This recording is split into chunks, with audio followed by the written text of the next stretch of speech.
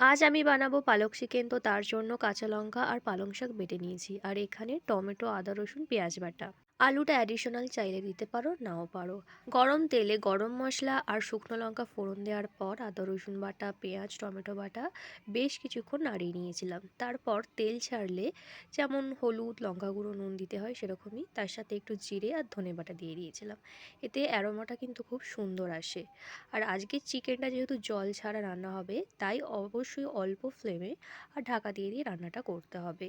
তো বেশ কিছুক্ষণ এভাবে রান্না করার পর চিকেন থেকে আপনা হতেই জল বেরিয়ে এসেছে, আর তখনই কাঁচা লঙ্কা আর পালং শাক বাটাটা দিয়ে দিয়েছি।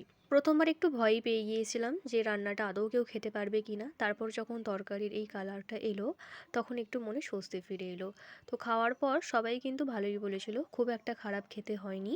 যারা পালং শাক একদম খেতে চায় না, তাদেরকে যদি চিকেনের সাথে করে দেওয়া হয় তারা কিন্তু ভালো মতোই খাবে। তারপর সন্ধ্যেবেলা একটু ঘুরতে চলে গিয়েছিলাম, সেখানে কিছু স্ন্যাক্স কিনেছিলাম।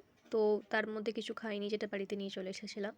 এর মধ্যে চিকেন প্যাটিসের স্যান্ডউইচ ছিল। স্যান্ডউইচটা মোটামুটি ভালো বলবো না, তবে চিকেন প্যাটিসটা খুব সুন্দর খেতে ছিল। তো এভাবেই আজকে আমাদের দিনটা কাটলো।